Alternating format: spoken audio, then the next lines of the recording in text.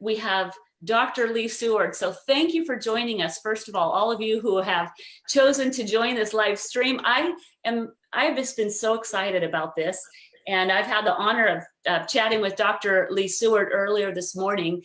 And just for those of you that may not already know Dr. Lee Seward, let me just give you a little bit of a background. And forgive me if I get a little bit excited because I kind of get stargazed. I feel like I literally am in the midst of greatness here. And he is so humble. So just stop it and let me brag on you a minute, Dr. Lee. So Dr. Lee Seward, he is a graduate of Colorado State University, doctorate of veterinary medicine. Now, I've raised my own pets and I've been around, and I have through the years heard of this product called HeartGuard, called HeartGuard 30, and now there was a HeartGuard 30 Plus.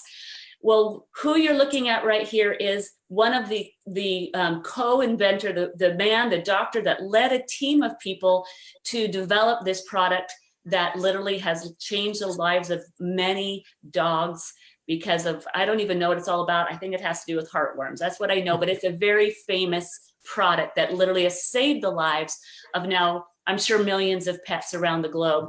And who you're looking at is the doctor, the veterinarian, the doctor of veterinarian medicine who actually created that. So I would say I'm in the presence of greatness. Dr. Lee and Rebecca, I know you're watching, his wife, whether you believe it or not, because you're married to him, that's what I feel. So here now is Dr. Lee having this great invention, or creation that he helped a team do, and I'm still giving the bio.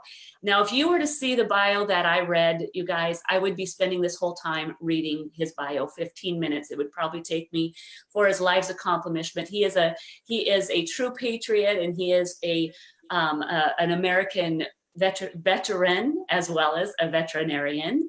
So he has accomplished a lot in his life, traveled the world, but also had a great accomplishment. But here he is, retired, gets to go on his own world, and was introduced to something that we're going to talk about today. And I'm like, okay, you could be out just goofing off and playing and enjoying your life, but here you are, a part of a biotech company that has a literally life-changing product that now you are sharing with the world of animals, fellow doctors of veterinary medicine, people, your own pet, and building a global business. Tell us about it. How in the world could you go from where you were to where you are today, and what's pulling you into your future? Welcome, share your story, and tell us about this amazing product that now you're sharing with your world. How did you learn about it? Just go for it. Well, thank you so much, Becky, and thank you so much for having me join you in this little show today. I could spend all the time just telling about you too. So you are an amazing person. Obviously, anybody that's watched you knows you're full of energy, but you're also full of love. You're full of love. It comes through very, very obviously for your people and your love of the Lord. It's just such a pleasure, and I'm so blessed to be able to work with you in this little project. So anyway, I did serve in the United States Army.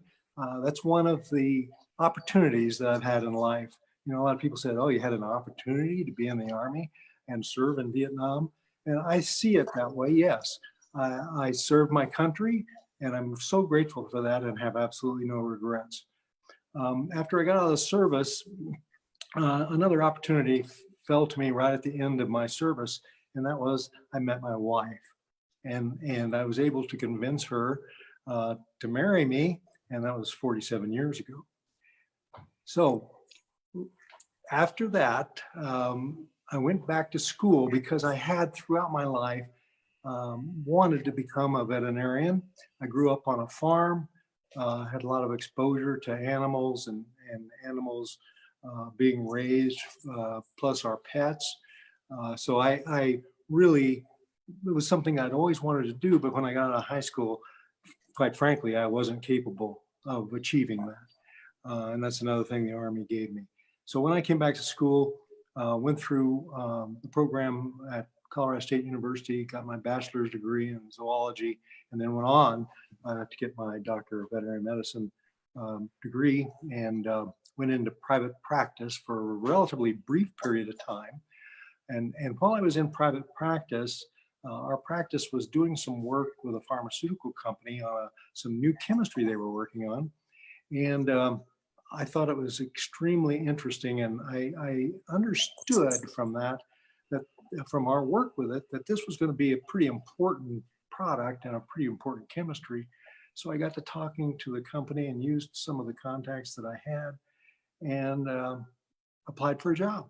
And the good news is that I hit it off with the guy that was hiring, and he hired me even though I really wasn't qualified because I didn't have a research degree. I had my clinical degree. So the good news is I got hired. The bad news is the job was in New Jersey. No, that's hard. No, actually, we enjoyed it. But anyway, so anyway, I went to work for Merck Research Laboratories, and very quickly was put in charge of the dog and horse projects with this new chemistry. And long story short, I did have the opportunity to work with the team and lead the team that developed the HeartGuard, the original HeartGuard product for dogs, and also products for horses, and eventually a myriad of other products. All these products went to make a significant difference in the lives of animals, of the lives of people that love their animals, and the lives of people that depend on animals for products, meat, fiber, etc. So it was an amazing thing. And talk about right place at right time. I went on with my research career at Merck Research Labs, and then joined another startup company, again working on new products and new technologies. I worked there for a number of years. We created some new products there, and then essentially started cutting back and retired from veterinary medicine, essentially. Still did some things with my own animals and that sort of thing, but really was retired. And what happened after a significant period of time of being in that retired kind of mode, running our farm, enjoying our lives, etc., is we were on an airplane ride to San Antonio, Texas, and to a wedding, a family wedding. And this lady sat next to us on the plane, and Becky hit it off with her. I wasn't sitting next to her. I was next to the window. Becky, my wife, Becky, and her hit it off.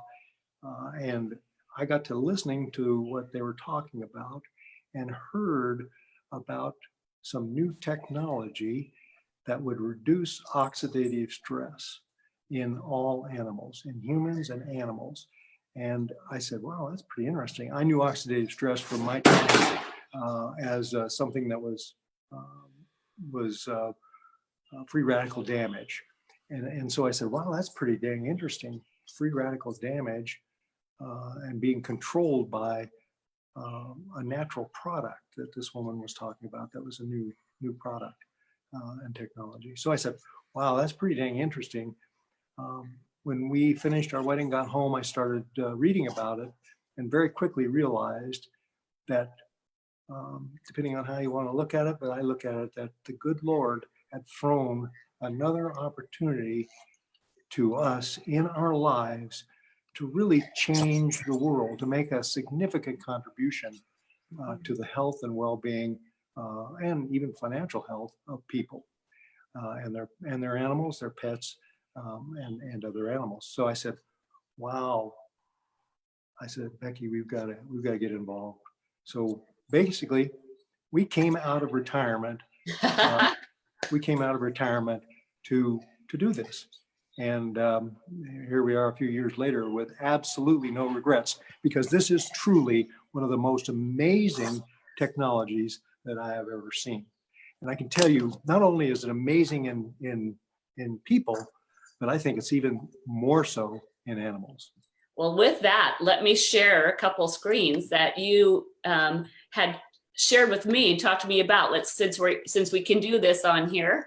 So first of all, talk to us a little bit now, because I want you to go into the doctor mode here, and the doctor of veterinary medicine. We have Hap here, and Hap happens to be a baby of yours. Yes, he is. Talk to us a Yes, he little is. bit.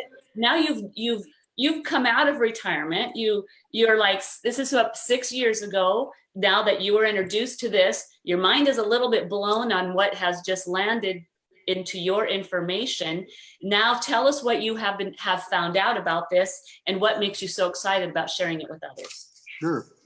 Well, I mean, what I found out about in reading about it at the time, and to continue to learn about it, is that what this technology, what these products do, is they activate a protein called Nrf2. Basically, what Nrf2 is it's a key. It's a key inside of your body. It's a key inside your cells that turns on your genes. That is, good genes. In fact, they're called the survival genes.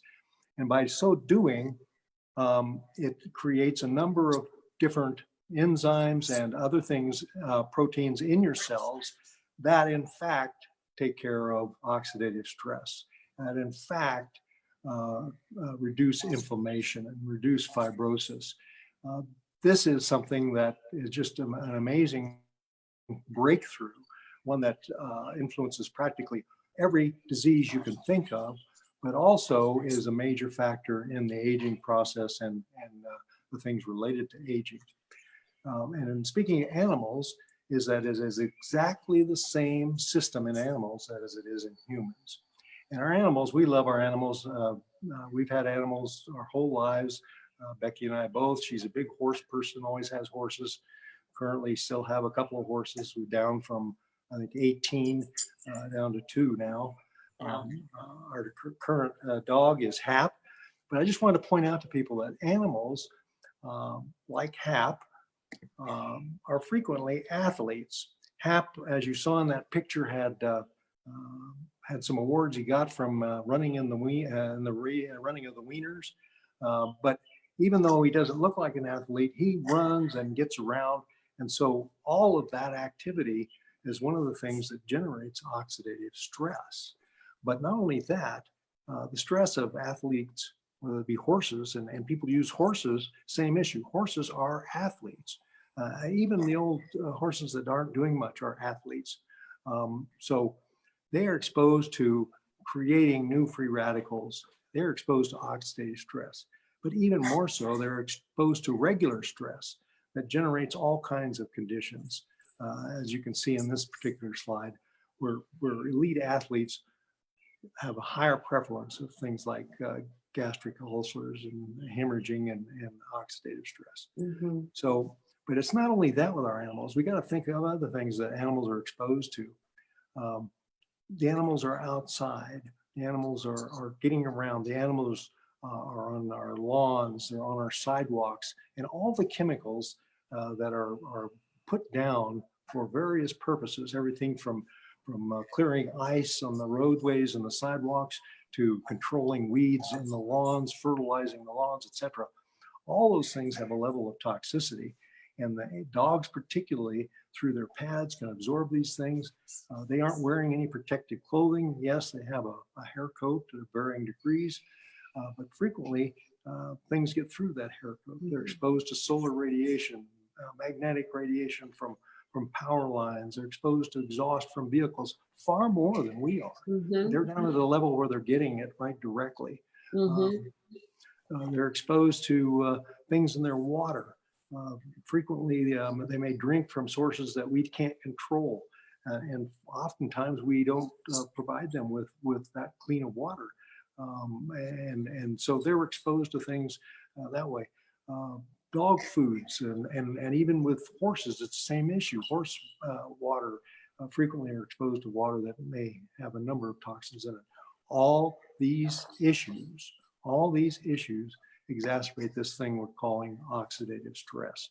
It's become one of the most important subjects in medicine, not just in human medicine, but in veterinary medicine. As you can see here, I did a quick search on oxidative stress and how important it is.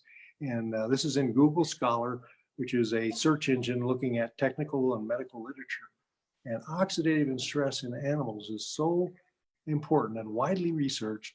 There are close to 3 million papers and articles from scientists and veterinarians about oxidative stress. That's how key it is. That just blows my mind.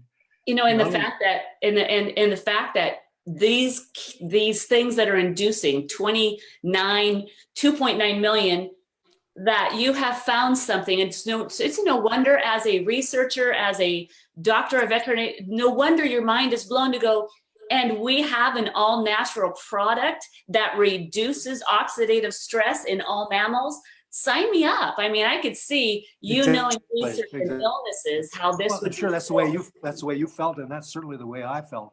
And the fact that it's all natural, and the fact that it is proven in massive amounts of literature, not just the fact that how important it is, but it's also been well researched by universities all over the world and major universities in the United States, including my own Colorado State University, University of Colorado, the Ohio State University, Louisiana State University, the Mayo Clinic. I mean, they're just on and on and on. And these universities, by and large, are doing this on their own nickel. Company isn't asking them to do this. They are so excited about the fact that there is this combination of 5 herbs that will reduce oxidative stress, proven in clinical studies to reduce oxidative stress. Has just got everybody so excited, to the point that researchers at Washington State University published a scientific paper, where they reviewed all of the scientific work that had been going on Nrf2 activation, and came to the conclusion that Nrf2 may well become the most extraordinary therapeutic and most extraordinary preventive breakthrough in the history of medicine. I mean, that is a profound and far-reaching statement.